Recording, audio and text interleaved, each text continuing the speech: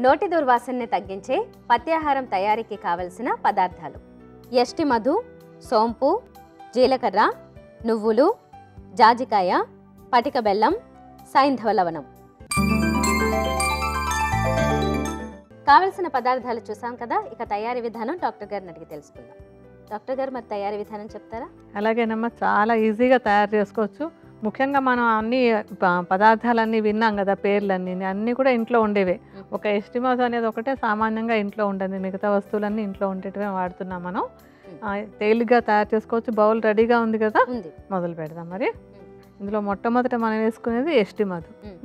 యష్టి మధు అనేది అంటే న్యాచురల్గా తీయగా ఉండేటువంటి మూలిక. ఇది ఒక మంచి రసాయనం లాంటిది అనమాట.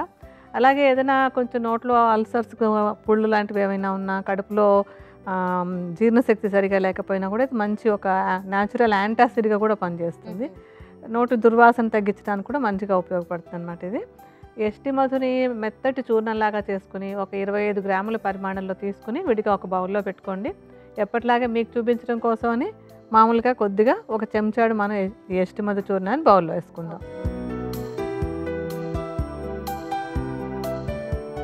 తర్వాత మన వంటింట్లో ఉండే జీలకర్ర. ఇది జీలకర్రని ఏం చేయాలంటే కొంచెం మూకుట్లో వేసి ఒట్టిగా పొడి పొడిగా వేయించుకోవాలి. ఇంకేం వేయకుండా ఒట్టిగా డ్రై రోస్టింగ్ అంటాం కదా, అలాగ ఒట్టిగా పొడిగా వేయించాలి. వేయించిన తర్వాత చూర్ణంలాగా చేసుకోవాలన్నమాట.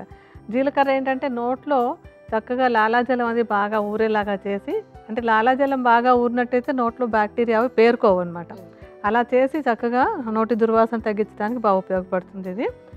జీలకర్ర చూర్ణాన్ని కూడా 25 గ్రాములు వేసుకోండి.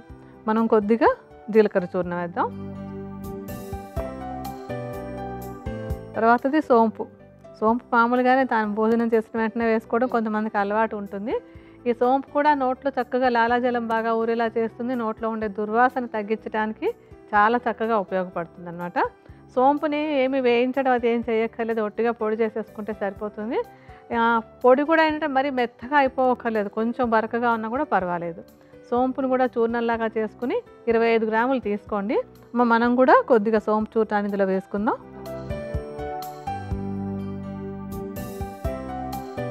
తర్వాత నువ్వులు. ఇది వంటింట్లో ఉండేదే కదా. నువ్వులేమో కొద్దిగా మూకుట్లో వేసి లైట్గా వేయించాలి, కొద్దిగా వేయించుకోవాలి. పొడిలా ఏం చేయక్కర్లేదు. వేయించినటువంటి నువ్వులు 25 గ్రాముల పరిమాణంలో ఇందులో కలిపేసుకోవాలి.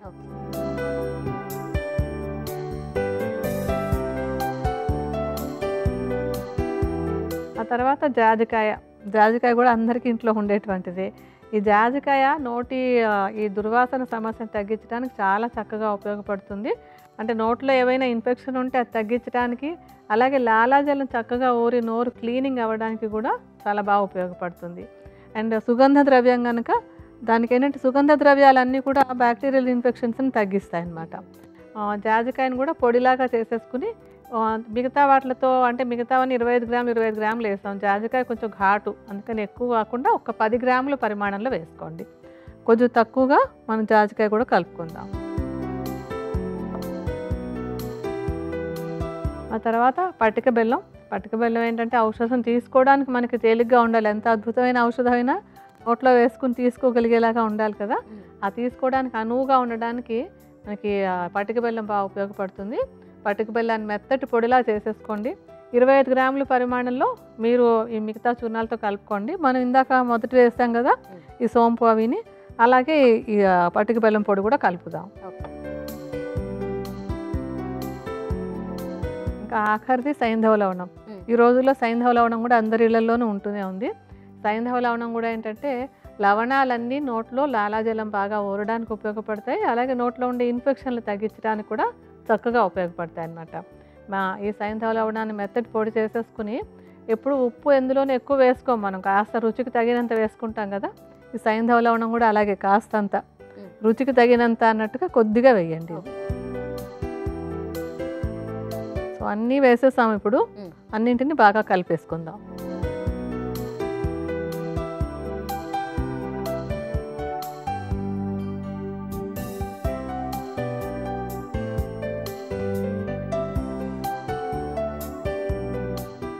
మనకి ఈ నోటి దుర్వాసన సమస్య కోసం చేసే పథ్యాహారం రెడీ అయిపోయింది. ఓకే, మరి ఎప్పుడెప్పుడు ఎలా తీసుకోవాలి చెప్తారా? ఇదేంటంటే నోటి దుర్వాసన సమస్య ఉన్నటువంటి వాళ్ళందరూ కూడా ఉదయము సాయంత్రము ఆహారం తిన్న వెంటనే ఒక అర చెంచాడు ఈ చూర్ణాన్ని నోట్లో వేసుకుని నెమ్మదిగా చప్పరించి తీసుకుంటూ ఉన్నట్టయితే ఈ నోటి దుర్వాసన సమస్య తగ్గించుకోవడానికి ఇది చాలా బాగా ఉపయోగపడుతుంది. ఓకే, ఇది తొందరగా తగ్గుతుందా? ఎంతకాలం తీసుకోవాలంటారు అలా? అంటే ఇప్పుడు సమస్య ఒకవేళ చిగుళ్ళు అవి బాగా వాచిపోయి ఎక్కువగా ఉందంటే మనం ఇందాక చెప్పినటువంటి సూచనలన్నీ పాటించుకుంటూ ఇది తీసుకోవాలి. అంత ఏమీ లేవు, వేరే ఇన్ఫెక్షన్లు ఏవి లేకుండా దుర్వాసన వస్తుంటే వెంటనే 1-2 రోజులకే డిఫరెన్స్ తెలిసిపోతుంది. కానీ నోట్లో ఇన్ఫెక్షన్ ఉంటే ఆ ఇన్ఫెక్షన్ అది కొంచెం తగ్గడానికి ఒక వారం 10 రోజుల్లో తేడా తెలుస్తుంది.